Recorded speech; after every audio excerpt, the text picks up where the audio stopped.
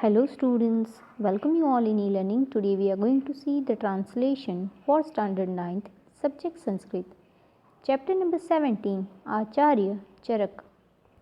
The famous venerable teacher by the name Charak, a great scholar of Ayurveda, lived in the 1st century AD. He was the royal physician of King Kanishk. Of this great teacher, there is a very famous treatise named Charak Samhita, and it is contained among the most ancient world famous treatises of Ayurveda. In this treatise, there are 8 sections such as Shutrasthanam, Nidansthanam, Vimansthanam, Sarirasthanam, Indriyasthanam, Chikitsasthanam, Kalpasthanam, and Siddhisthanam. Among all these sections, there are totally 120 chapters. The size of this treatise consists of 12,000 verses. There is the detailed description of the composition of approximately 2,000 medicines. In this description, the medicines that cure and eradicate the diseases as fever, leprosy, frenzy, dysentery, diabetes, etc., and the diseases of abdomen, head, and heart are mentioned.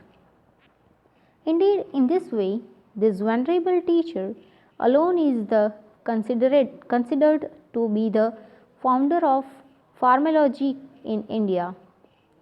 All the literature on Ayurveda is the leftover of Acharya Charaka, and whatever knowledge Ayurveda in Charak Samhita, the same is seen everywhere.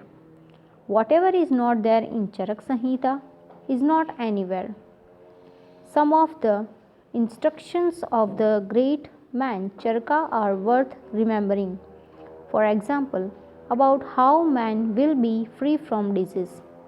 Acharya advises the man who eats beneficial food, practices good behavior, acts after consideration or considering well, being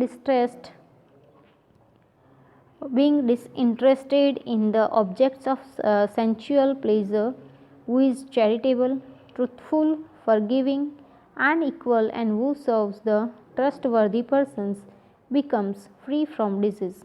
The man who takes wholesome food and practices good conduct does all work after thinking well, who is totally distinguished in sensual pleasure and forgiveness in practical life, who serves the relatives. Such a man is free from disease and so healthy. There is a question here: can man be free from disease without taking any medicines and merely by proper lifestyle?